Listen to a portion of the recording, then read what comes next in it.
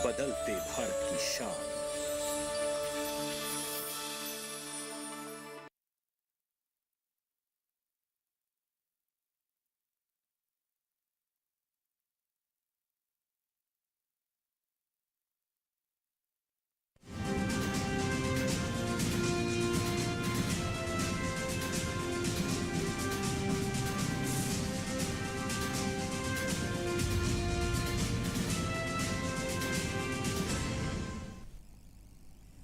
नमस्कार, किसान समाचार में आप सभी का स्वागत है। सबसे पहले मुख्य समाचार। प्रधानमंत्री नरेंद्र मोदी ने सोमवार को महाराष्ट्र सिंधुदुर्ग राजकोट जिले में छत्रपति शिवाजी की विशाल प्रतिमा का किया अनावरण। कहा, फिशरीज सेक्टर के लिए बनाए गए अलग मंत्रालय, 40,000 करोड़ का किया गया निवेश। मछुआरों को भी दिया गया है किसान क्रेडिट कार्ड।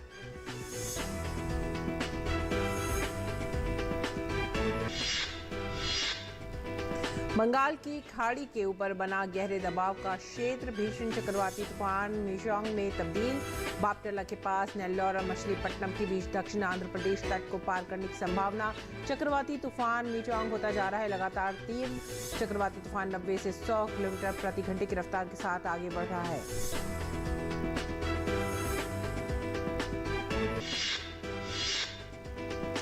केंद्रीय मंत्री डॉक्टर जितेंद्र सिंह ने सोमवार को जैव प्रौद्योगिकी पर अंतर्राष्ट्रीय सम्मेलन ग्लोबल बायो इंडिया 2023 का किया उद्घाटन। कहा, बायो इकोनॉमी में पिछले 8 से 10 वर्षों में हुई है 13 गुना वृद्धि।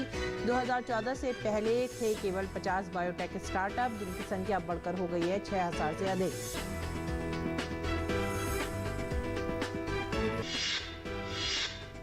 पेट्रोलियम मंत्री हरदीप सिंह पुरी ने सोमवार को राज्यसभा में कहा, भारत ने पेट्रोल में 12% एथनॉल मिश्रण का लक्ष्य कर लिया है हासिल। सरकार पेट्रोलियम के आयात को कम करने पर कर रही है काम। अभी भी भारत 85% तेल कर रहा है आयात। खबरें विस्तार से। प्रधानमंत्री नरेंद्र मोदी सोमवार को महाराष्ट्र सिंधुदुर्ग के राजकोट जिले में छत्रपति शिवाजी महाराज की प्रतिमा का अनावरण किया है। पीएम ने छत्रपति शिवाजी महाराज को श्रद्धा सुमन अर्पित करके उन्हें नमन किया। प्रधानमंत्री मोदी ने सिंधुदुर्ग में एक प्रदर्शनी का भी शुभारंभ किया। पीएम ने इस फोटो प्रदर्शनी का अवलोकन किया। प्रदर्शनी में छत्रपति शिवाजी महाराज से जुड़ी बहुत सी स्मृतियों को संजोया गया है।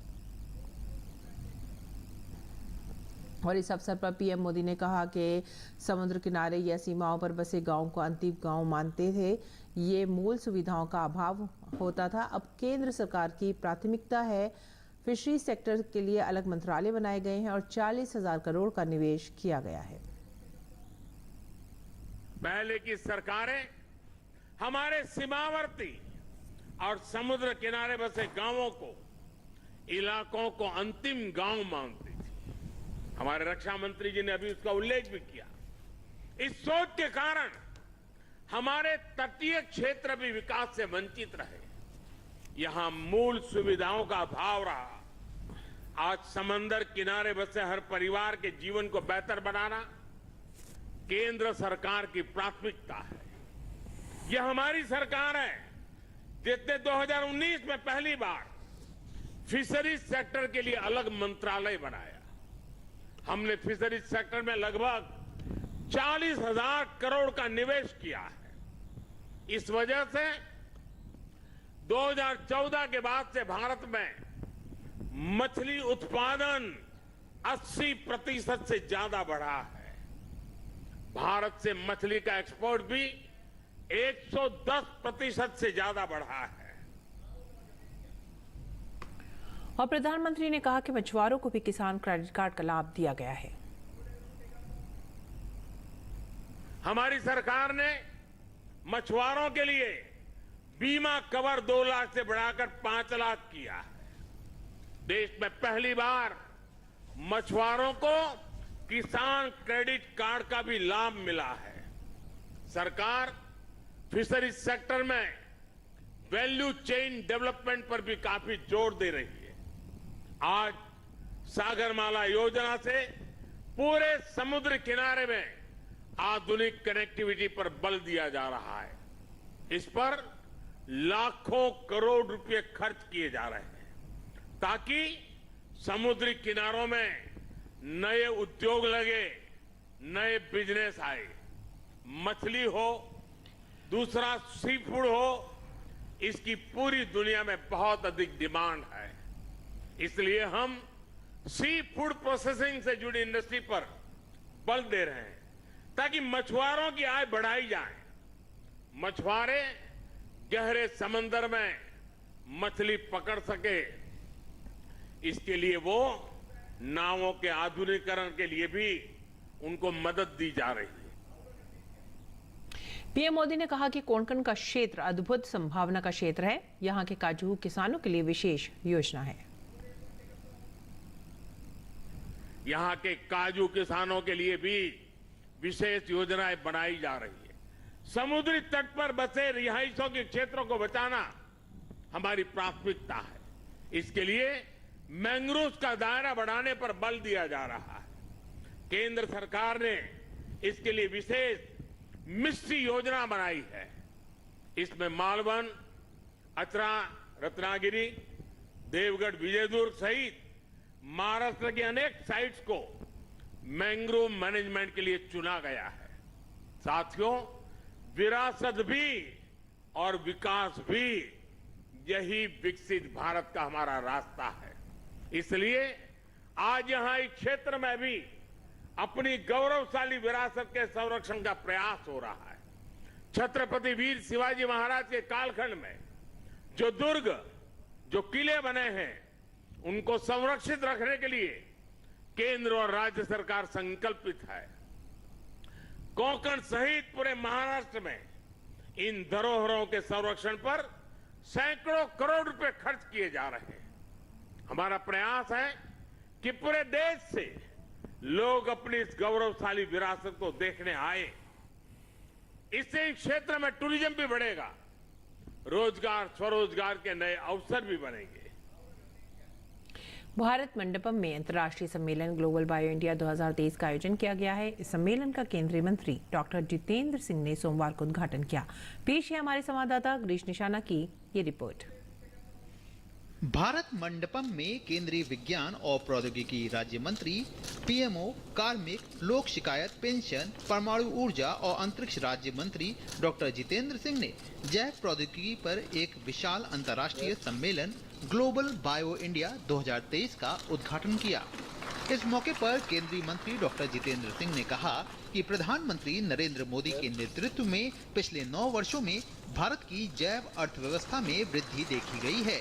वर्ष 2014 से पहले जहां केवल 50 बायोटेक स्टार्टअप हुआ करते थे, आज उनकी संख्या बढ़कर 6000 को पार कर गई है। डॉक्टर जितेंद्र सिंह ने कहा कि प्रधानमंत्री नरेंद्र मोदी के नेतृत्व में हमारी बायो इकोनॉमी ने पिछले 8 से 10 वर्षों में 13 गुना वृद्धि की है। भारत को अब दुनिया की पहली कुछ एक बायो इकोनॉमी में गिना जा रहा है।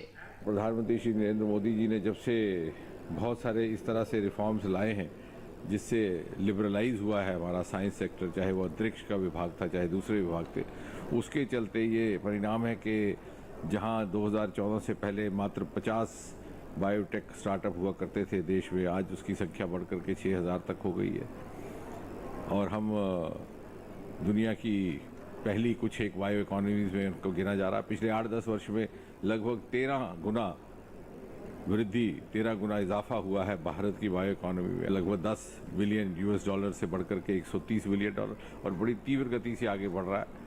आज दुनिया भारत को एक emerging global hub of biotechnology देख रही है। इस अंतर्राष्ट्रीय सम्मेलन ग्लोबल बायो इंडिया 2023 की theme bio innovation and bio manufacturing रखी गई है। 6 दिसंबर तक चलने वाले इस सम्मेलन में भारत मंडपम के साथ ही हॉल नंबर 14 में एक प्रदर्शनी का भी आयोजन किया गया। इस प्रदर्शनी में जैव प्रौद्योगिकी संबंधित बहुत से उत्पाद और स्टार्टअप भी देखे जा सकते हैं। गौरतलब है कि भारत को अब दुनिया के शीर्ष जैव प्रौद्योगिकी स्थलों में शुमार किया जा रहा है। गिरीश निशाना, डीडी न्यूज, दिल्ली। केंद्रीय मंत्री गजेंद्र सिंह शेखावत ने सोमवार को राज्यसभा में बताया कि जल जीवन मिशन हर घर जल के अंतर्गत लगभग 13 करोड़ 69 लाख परिवारों तक नल से जल की आपूर्ति की जा चुकी है। इनमें कुल 71% ग्रामीण परिवार शामिल हैं। इस वर्ष सितंबर तक गोवा, गुजरात, हिमाचल प्रदेश, तेलंगाना, पुडुचेरी और अंडमान निकोबार द्वीप समूह सहित 9 राज्यों और केंद्र शासित प्रदेशों ने सभी ग्रामीण परिवारों को जल के कनेक्शन उपलब्ध करवाने की पुष्टि की है। देश भर में 19-20 तक जहां केवल 50 लाख टेस्ट कुल मिलाकर के होते थे पीने का पानी की गुणवत्ता को जांचने का, ये जो व्यवस्था हमने की और देश भर में 23 लाख महिलाओं को ट्रेन करके जो फील्ड टेस्टिंग किट दिए, लेबोरेटरीज के इंफ्रास्ट्रक्चर को बढ़ाने के साथ साथ में पिछले वर्ष में देश में 1 करोड़ 73 लाख से ज्यादा पीने के पानी के टेस्ट हुए हैं और उसके गुणवत्ता को तुरंत जो है अगर उसमें कोई एडवर्सिटी मिलती है, केवल आर्सेनिक नहीं, इसके अतिरिक्त भी अगर कोई एडवर्सिटी है तो इसको इमीडिएटली एड्रेस करने की व्यवस्था हमने की है। साथ ही साथ में हम अपनी वेबसाइट पे एक सिटीजन्स कॉर्नर भी इस तरह से खड़ा कर रहे हैं, उसकी व्यवस्था हम करने वाले हैं ताकि देश में तुरंत इस तरह की गुणवत्ता के विषय पर समाधान हो सके। भारत ने अक्टूबर 2023 में एथेनॉल आपूर्ति वर्ष के दौरान पेट्रोल में 12% एथेनॉल मिश्रण का लक्ष्य प्राप्त कर लिया है। सोमवार को राज्यसभा में प्रश्नकाल के दौरान पूरक प्रश्नों का उत्तर देते हुए पेट्रोलियम मंत्री हरदीप सिंह पुरी ने कहा कि मिश्रण का 10% लक्ष्य नवंबर 2022 से 5 महीने पहले ही प्राप्त कर लिया गया था। उन्होंने ये भी कहा कि देश में कुल तेल और प्राकृतिक गैस का खनन क्षेत्र बढ़कर 5 लाख वर्ग किलोमीटर हो गया है। उन्होंने कहा कि सरकार पेट्रोलियम के आयात को कम करने पर कार्य कर रही है। अभी भी भारत 85% तेल और 50.5% प्राकृतिक गैस आयात कर रहा है। और संसद के शीतकालीन सत्र का मंगलवार को दूसरा दिन है। लोकसभा में प्रश्नकाल के दौरान प्रधानमंत्री ग्राम सड़क योजना के एक सवाल का जवाब देते हुए केंद्रीय सड़क राज्य मंत्री साध्वी निरंजन ज्योति ने कहा कि उत्तर प्रदेश पहला राज्य है जहां इस योजना के तहत पूरा काम किया गया है। दूसरे कुछ राज्यों ने भी अच्छा काम किया है। भीषण चक्रवाती तूफान मिचांग मंगलवार दोपहर बाद आंध्र प्रदेश में बापटला के करीब नेल्लौर और मछलीपट्टनम के बीच तट को पार कर सकता है। इस दौरान 90 से 100 किलोमीटर प्रति घंटे से लेकर 110 किलोमीटर प्रति घंटे की अधिकतम रफ्तार से तेज हवाएं चलेंगी। फिलहाल तूफान के असर से आंध्र के रायलसीमा, पलनाडु क्षेत्र और तटीय आंध्र प्रदेश में लगातार भारी बारिश हो रही है। तिरुपति, बापटला, नेल्लौर, प्रकाशम, पलनाडु, गुंटूर, कृष्णा, एनटीआर, एलोरू और तटीय जिलों में भारी बारिश दर्ज की गई है। मछुआरों को निर्देश दिया गया है कि जब तक स्थिति नियंत्रण में न आए वे पानी में न जाएं। इस बीच आंध्र प्रदेश के मुख्यमंत्री वाईएस जगनमोहन रेड्डी ने सभी जिले के कलेक्टर, एसपी और विभिन्न विभागों के अधिकारियों को बापटला तट के पास हर तरह की स्थिति से निपटने के लिए हाई अलर्ट पर रहने का निर्देश दिया है। उन्होंने कहा कि कलेक्टर तुरंत कोई अन्य सहायता भी मांग सकते हैं। सीएम ने कहा कि किसी भी वर्ग के लोगों से कोई शिकायत नहीं होनी चाहिए। भोजन, पानी, स्वास्थ्य जैसी बुनियादी सुविधाएं सुनिश्चित करने के लिए भी जरूरी उपाय किए जा रहे हैं। सीएम ने कहा कि जब पीड़ितों को राहत शिविरों में पीड़ितों को नुकसान के हिसाब से आर्थिक मदद भी दी जाए। और आंध्र प्रदेश के अलावा तमिलनाडु में भी मिचांग को लेकर हाई अलर्ट है। चक्रवात के प्रभाव से सबसे अधिक चेन्नई प्रभावित है। हालांकि अभी बारिश रुकी हुई है, लेकिन रविवार से चिंगलपेट, कांचीपुरम और त्रिवल्लुर में हुई तेज बारिश के कारण कई इलाकों में पेड़ गिर गए। चेन्नई, त्रिवल्लुर, कांचीपुरम और चेंगलपट्टू जिले में सभी स्कूल, कॉलेज और सरकारी दफ्तरों में छुट्टी है। यहां मुख्यमंत्री स्टालिन ने चक्रवात प्रभावित क्षेत्र का निरीक्षण किया। नदियों का पानी उफान पर होने से विशालकाय मगरमच्छ भी सड़कों पर आ गए। इसी तरह का वीडियो चेन्नई के पेरंगलाथूर से आया है, जहां मगरमच्छ शहर की ओर आ गया। इस वीडियो को देखकर पर्यावरण, जलवायु परिवर्तन और वन मंत्रालय की अपर मुख्य सचिव सुप्रिया साहू ने सोशल मीडिया में कहा कि चेन्नई के कई जल निकायों में कुछ मगरमच्छ हैं, जिनमें से एक मगरमच्छ बारिश के कारण बाहर आ गया है। अगर उन्हें उकसाया ना जाए तो कोई हानि नहीं होगी। आगे बढ़ेंगे अगली खबर की तरफ। हरियाणा के मुख्यमंत्री मनोहर लाल ने कहा है कि कृषि क्षेत्र के उत्थान के लिए राज्य सरकार ठोस कदम उठा रही है। नई तकनीक का इस्तेमाल किया जा रहा है, जिसके परिणाम स्वरूप हरियाणा ने इस क्षेत्र में शानदार उपलब्धियां हासिल की हैं। मनोहर लाल सोमवार को हरियाणा कृषि विश्वविद्यालय में वैश्विक खाद्य पोषण सुरक्षा, स्थिरता और स्वास्थ्य के लिए रणनीति विषय पर आयोजित अंतर्राष्ट्रीय सम्मेलन के शुभारंभ के बाद कार्यक्रम को संबोधित कर रहे थे। उन्होंने कृषि महाविद्यालय परिसर में कृषि क्षेत्र में उद्यमिता से संबंधित प्रदर्शनी का अवलोकन भी किया। उन्होंने कहा कि हरियाणा ने कृषि क्षेत्र में शानदार उपलब्धियां हासिल की हैं। यहाँ के कृषि उत्पाद का निर्यात देश व दुनिया के कई देशों में हो रहा है। अब उत्पादन के साथ साथ इसकी गुणवत्ता बढ़ाने के लिए दुनिया के कई देशों के साथ राज्य सरकार द्वारा काम किया जा रहा है। और खेती किसानी के लिए हमेशा से समृद्ध रहा पूर्वांचल अब निर्यात के मामले में बहुत तेजी से आगे बढ़ रहा है। यही कारण है कि वाराणसी के लाल बहादुर शास्त्री अंतर्राष्ट्रीय LBSI हवाई अड्डे से मात्र 1 महीने में 100 मीट्रिक टन कृषि उत्पाद के निर्यात में सफलता मिली है। कृषि और प्रसंस्कृत खाद्य उत्पाद निर्यात विकास प्राधिकरण और नागरिक उड्डयन मंत्रालय ने संयुक्त रूप से इस उपलब्धि का जश्न मनाया और इस अवसर पर एक संगोष्ठी का आयोजन भी किया गया, जिसमें कृषि उत्पादों के निर्यात को और ज्यादा बढ़ावा देने पर विचार विमर्श किया गया। धार्मिक नगरी वाराणसी को अब कृषि उत्पादों के निर्यात में भी खास स्थान मिल रहा है।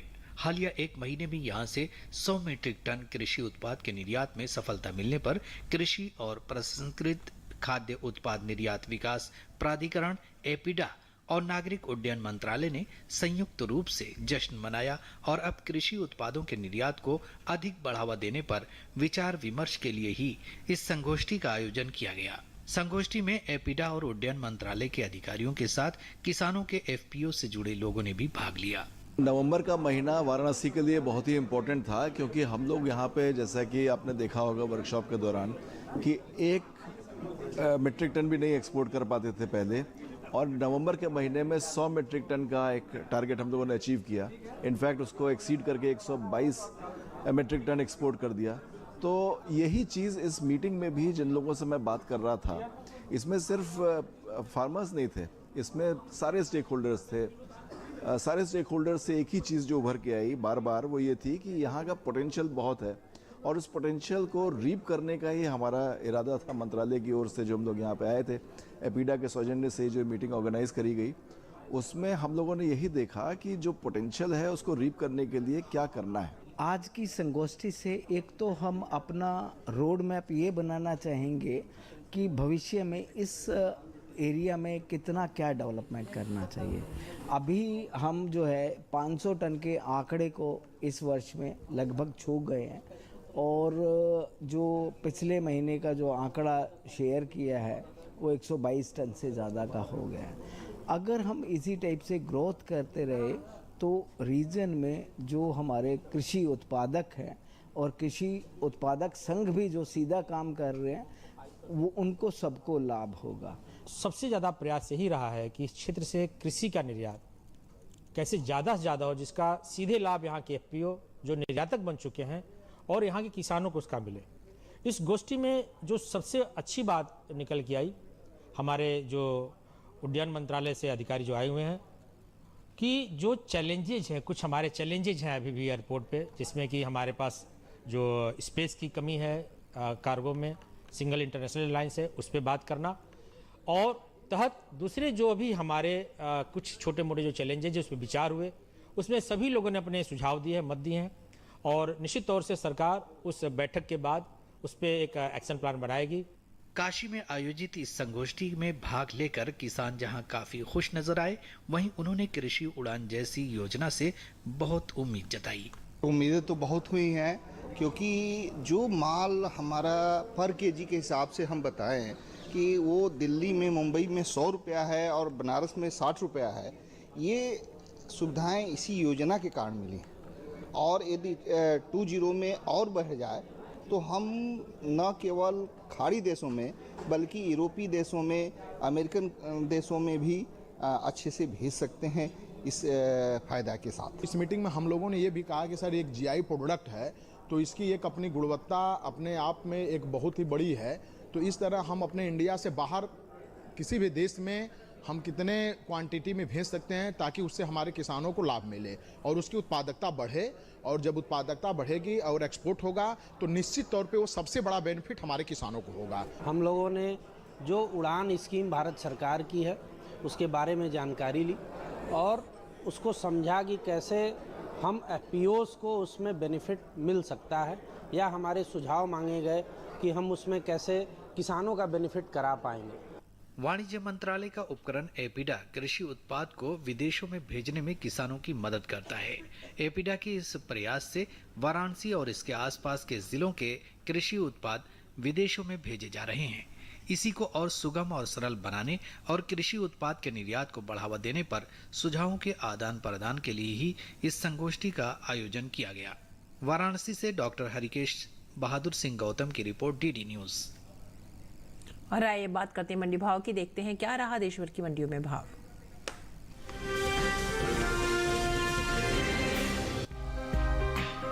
सप्ताह के पहले दिन सोमवार को गेहूं की उपज में अहम स्थान रखने वाले राज्यों की मंडियों में गेहूं के भाव में नरमी के साथ कारोबार हुआ।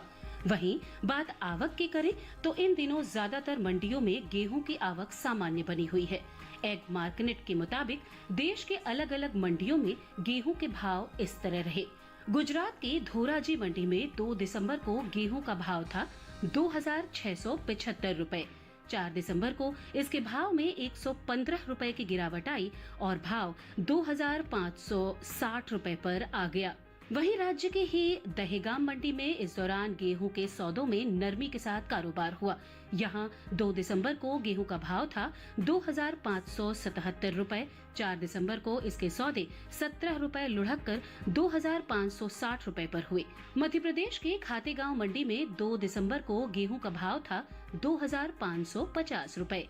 4 दिसंबर को इसके सौदों में 10 रुपए की नरमी आई और भाव 2,540 रुपए पर आ गया। गेहूं के भाव में नरमी का सिलसिला राजस्थान की कोटा मंडी में भी देखने को मिला। यहां 2 दिसंबर को गेहूं का भाव रहा 2,650 रुपए। 4 दिसंबर को इसके भाव में 50 रुपए की गिरावट आई और भाव 2,600 रुपए पर हो गया।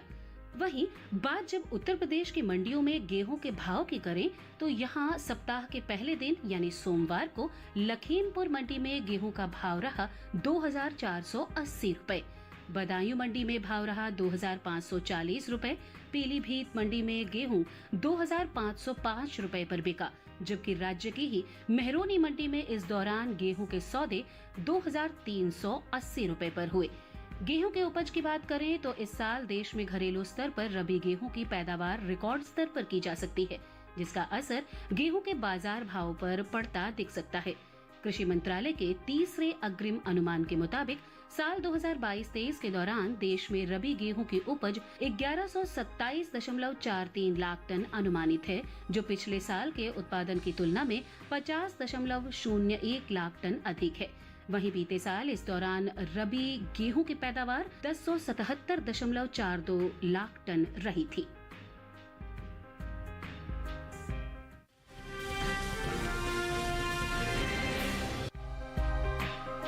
सोमवार को ज्यादातर कृषि उपज मंडियों में सरसों के सौदों में मिला जुला रुख देखने को मिला।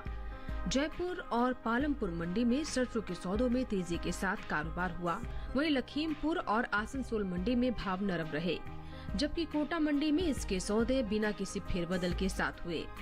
आवक की बात करें तो इन दिनों सरसों की आवक ज्यादातर कृषि उपज मंडियों में सामान्य बनी हुई है। एग मार्केट के मुताबिक राजस्थान के जयपुर मंडी में 2 दिसंबर को सरसों का भाव था 4,935 रुपए।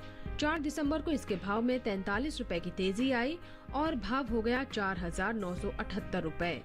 राज्य की कोटा मंडी में बीते 2 दिनों के दौरान सरसों के भाव स्थिर रहे। यहां 2 और 4 दिसंबर को सरसों 5,250 रुपए पर बिकी, जबकि मालपुरा मंडी में इस दौरान सरसों के सौदों में मजबूती के साथ कारोबार हुआ। यहां 2 दिसंबर को सरसों का भाव रहा 5,500 रुपए।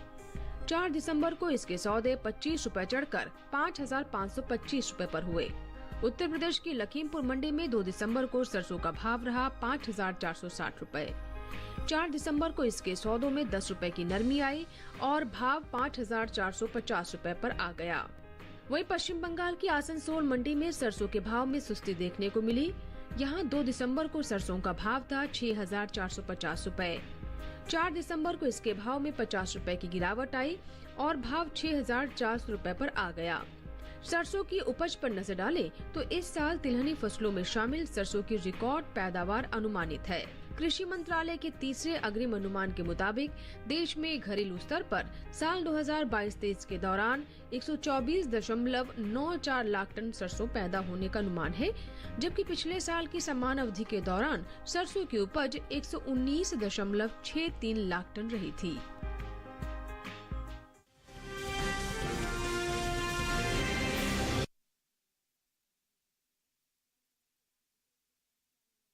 कैसे रख सकते हैं अपनी खेती का ख्याल, देखते हैं।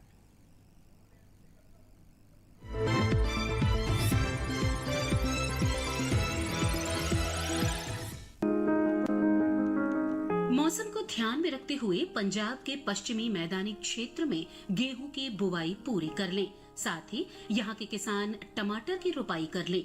पंजाब के पश्चिमी मैदानी क्षेत्र में मूली, शलजम और गाजर की बुआई करने किसान, पंजाब में फूल गोभी की देर से पकने वाले किस्मों की रोपाई करने किसान, साथ ही पंजाब में अभी पालक, धनिया और मेथी की बुआई की जा सकती है। यहाँ के किसान मटर की बुआई कर लें। साथ ही अच्छी उपज हासिल करने के लिए पंजाब नवासी और मीठी फली किस्मों की चुनाव कर सकते हैं। हरियाणा की बात करें तो पूर्वी क्षेत्र में जौ की बुआई करते रहें। साथ ही हरियाणा के पूर्वी इलाके में गेहूं की पछेती किस्मों की बुआई पूरी कर लें। हरियाणा में खीरे, टमाटर और मिर्च की तुड़ाई की जा सकती है। यहाँ के किसान कुछ समय के अंतराल पर बैंगन और भिंडी की तुड़ाई भी करते रहें। प्राप्त उपज को सुरक्षित स्थान पर भंडारित करें। हरियाणा में सरसों की बुआई का काम कर लें। साथ ही सरसों की बुआई से पहले किसान बीजोपचार जरूर कर लें।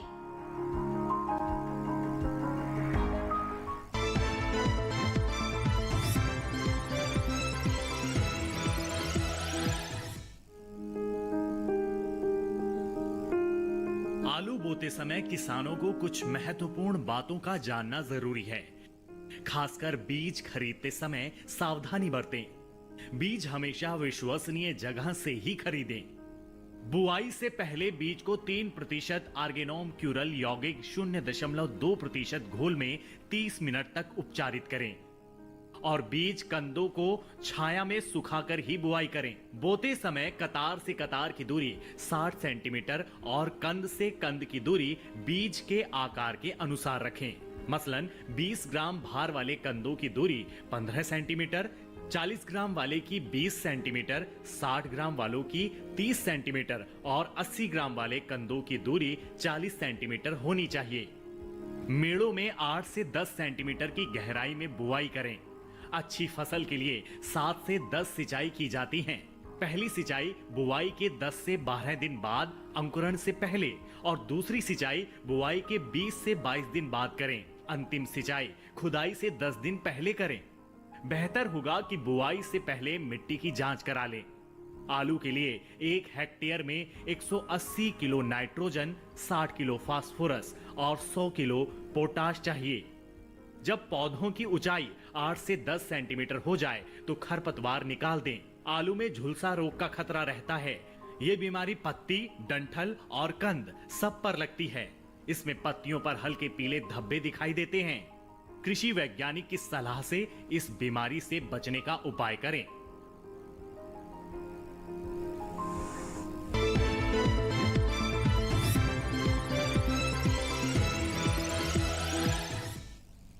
और आइए अब जानते हैं कुछ और खबरें खास खबर में।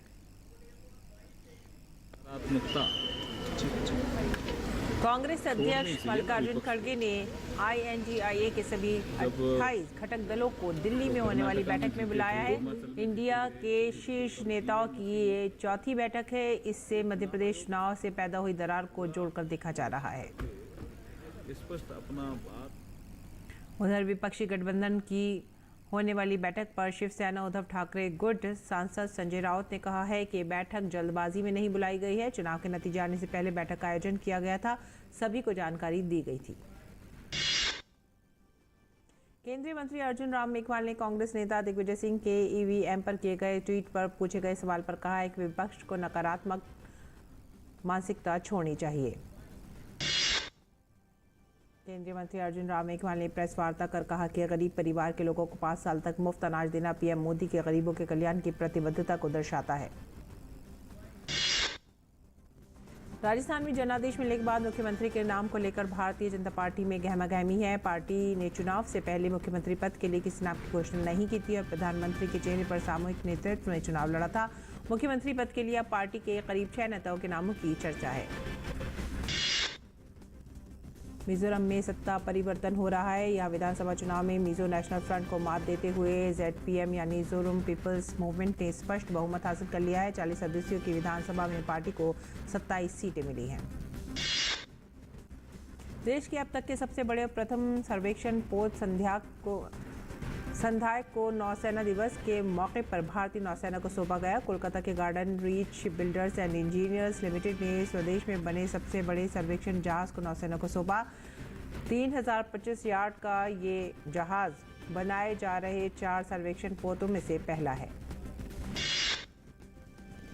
इसी के साथ ही आप हमारी पूरी टीम को दीजिए आज्ञा। नमस्कार।